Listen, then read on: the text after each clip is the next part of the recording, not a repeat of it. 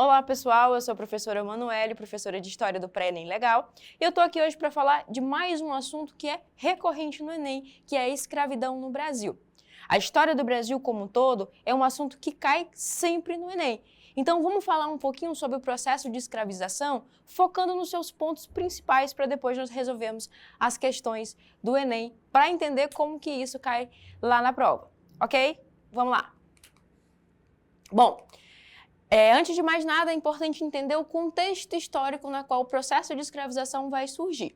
Lembrando que a escravização é um termo diferente em alguns tempos históricos. Por exemplo, a escravidão antiga ela tinha um outro caráter. Era uma escravidão muito mais voltada para guerra. Aqui a gente vai ter um outro contexto a partir do século XVI, que é a escravidão por caráter racial, que vai ser inserido, então, nesse processo, principalmente pelos europeus, sobre essa população africana. Então, a escravidão no Brasil ela teve início com a chegada dos portugueses, no século XVI, e foi marcada pela exploração dos povos indígenas e, posteriormente, pelo tráfico transatlântico de africanos. O contexto histórico é o seguinte: a gente sabe que o Brasil colônia, a primeira fase da história do Brasil, vai acontecer quando os portugueses estão explorando a colônia para obtenção de lucros. E para obter esses lucros, é claro, precisa que alguém trabalhe, que produza, principalmente ali no início, no cultivo da cana-de-açúcar.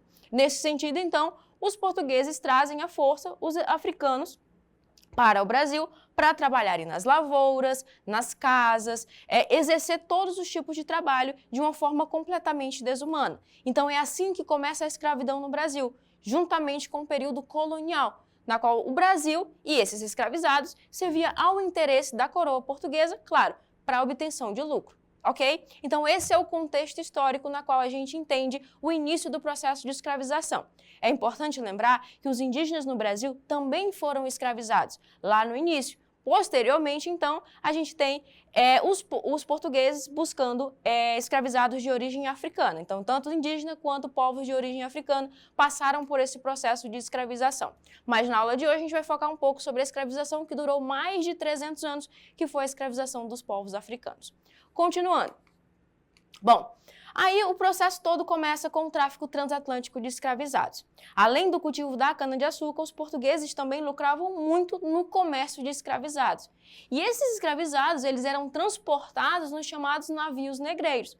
Olha só, os prisioneiros africanos, eles eram comprados nas regiões litorâneas da África para serem escravizados no continente europeu e principalmente no continente americano.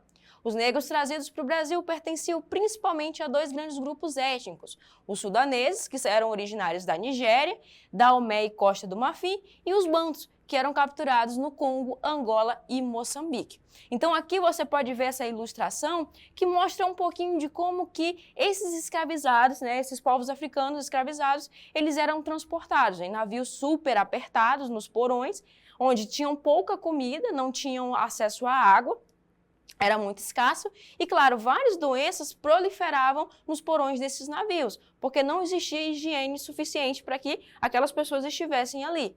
Então, muitos africanos morreram no processo. Antes mesmo de chegarem às colônias, eles acabavam morrendo por causa da forma desumana que eles eram transportados dentro desses navios negreiros, com várias doenças sendo proliferadas e também porque muitos deles acabavam se jogando dos navios, por preferirem morrer ao passar por todo aquele processo desumano que foi a escravização. Então tudo começa na captura desses africanos no continente e, claro, no transporte deles que era feito nos navios negreiros, ok?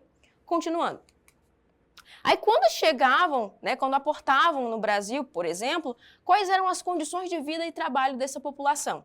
Bom, eles enfrentavam condições brutais de vida e de trabalho, incluindo jornadas extenuantes, punições físicas severas, privação de direitos básicos. A violência era característica constante da vida escrava.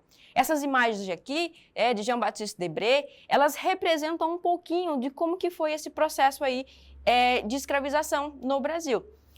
Você sabe que existiam vários tipos de escravizados. Existiam aqueles que trabalhavam na lavoura, trabalhavam o dia inteiro sob o sol escaldante e no final do dia eles eram colocados dentro das senzalas, que não tinham uma condição de conforto mínimo ali para eles dormirem, para se prepararem para o próximo dia de trabalho.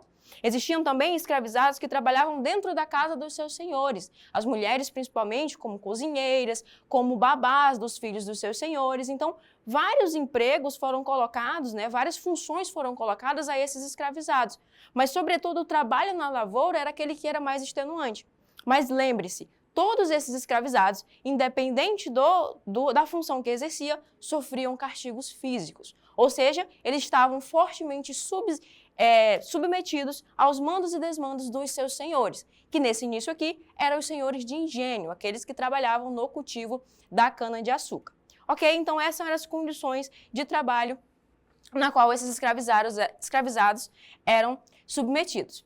Então, assim, a gente entende, a gente faz uma análise, uma reflexão, que é geralmente assim que o Enem cobra, que a escravidão no Brasil impôs várias formas de humilhação e violência, o que ocasionou morte e sofrimento a milhares de pessoas. Por quê? Além dos castigos físicos, esses africanos que vinham de diversas etnias diferentes, eles acabaram sendo proibidos de professar a sua religião, de professar a sua cultura, e eles eram obrigados a se submeter à religião dos portugueses, que era o catolicismo. Então, muito além do castigo físico, a gente tem uma imposição cultural que era feita sobre essas pessoas, que eram reduzidas a meras mercadorias, que não podiam nem mesmo professar a sua religião. Então, essa característica é muito importante de ser analisada, essa necessidade de apagar a cultura desses povos que vinham do continente africano. Aí aqui a gente vem para o processo de resistências. A gente entende o seguinte, que por mais que tenha sido um processo em que durou 300 anos, esses 300 anos não foram pacíficos. Esses escravizados, eles não aceitavam essas imposições dos seus senhores.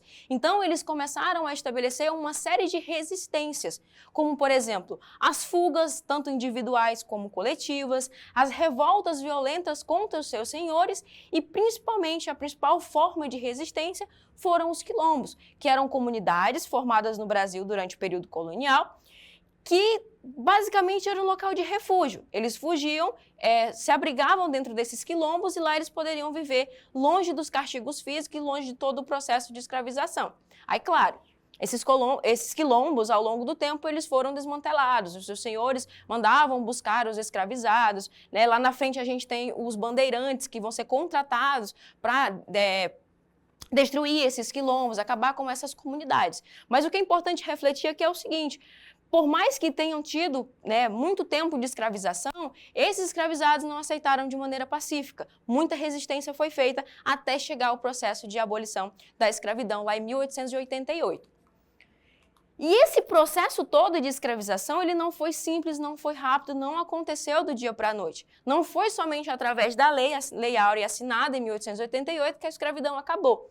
Mas é importante destacar também a ação do movimento abolicionista e, claro, a própria resistência dos escravizados, que foi importante aqui como uma forma de evidência de que eles não queriam estar submetidos a esse processo de escravização. Então, assim, como foi gradual, várias leis abolicionistas elas foram sendo estabelecidas para tentar conter o movimento abolicionista. Aí a gente tem o exemplo aqui de 3, que em 1850 a gente tem a Lei Eusébio de Queiroz, que foi a lei que acabou com o tráfico de escravos. Não poderia mais ser transportado nenhum escravizado da África para o Brasil. Só que a escravidão dentro do próprio continente e a venda de escravizados dentro do próprio Brasil continuou. Seguindo, então, lá em 1871, a gente tem a Lei do Ventre Livre, que era basicamente uma lei que não tinha tanta aplicação, de fato, não tinha tantos resultados, porque basicamente deixava livre a partir da data da instauração dessa lei todos aqueles escravizados que nascessem a partir de então. Só que um recém-nascido, ele não consegue se manter sozinho. A sua mãe não estava livre. Então, ele ficava ainda sob a tutela do seu senhor até os 21 anos. E o que acontecia muitas vezes é que nem mesmo ele conseguia a sua libertação após isso. Então, eram leis que eram colocadas somente para tentar acalmar as pressões internas do movimento abolicionista e as pressões externas que vinham principalmente da Inglaterra, que estava tentando acabar com o trabalho escravo para instituir o trabalho assalariado. E a próxima lei foi a Lei dos Sexagenários, já em 1885, que mantinha o decreto de liberdade a todos os escravizados acima dos 60 anos. Só que é importante lembrar o seguinte, pelo ritmo de trabalho, esses escravizados não conseguiam chegar até essa idade, né? O trabalho extenuante, os castigos físicos faziam com que eles morressem muito antes dos 30 anos de idade. Então, poucos escravizados foram beneficiados dessa lei. Então, a gente percebe que no processo gradual do movimento abolicionista, várias leis foram colocadas para acalmar as pressões, mas que de fato não surtiam tanto efeito. Até que em 1888 foi assinada a Lei Áurea, que foi a lei que de fato extinguiu a escravidão no Brasil. Ok? Só que acabou a escravidão em 13 de maio de 1888, mas essa lei não garantia nenhum benefício àquele que ficou livre. Ou seja, está livre, os escravizados, mas não tinha direito a trabalho digno, não tinha direito à educação e não tinha nenhum tipo de assistência do Estado. Ficaram à margem da sociedade. E essa questão, né, que a gente tem que analisar é o que gera muito preconceito racial existente no Brasil de hoje. Porque esses escravizados não foram amparados pela sociedade e o estigma social permaneceu. Então, era muito difícil de serem contratados os ex-escravizados e muitos deles ficavam até mesmo nas mesmas fazendas na qual eles exerciam esses trabalhos. Então, é muito importante entender como funcionou esse processo de escravização no Brasil para compreender o porquê que a nossa sociedade é dessa forma, o que é o racismo estrutural, quais são as raízes do racismo no Brasil. Então, quando a gente entende que esses escravizados passaram por todo esse processo e não tiveram amparo do Estado nem da população, a gente percebe o porquê que existe o preconceito e o racismo no Brasil. Por isso que esse é um dos assuntos que mais caem no Enem, porque ele pede para refletir e analisar essas pequenas coisas que acontecem no Brasil por causa do nosso passado histórico, que foi através da escravização. Certo? Então, na próxima aula, vamos resolver questões sobre esse assunto para treinar e se dar bem na prova. Até a próxima!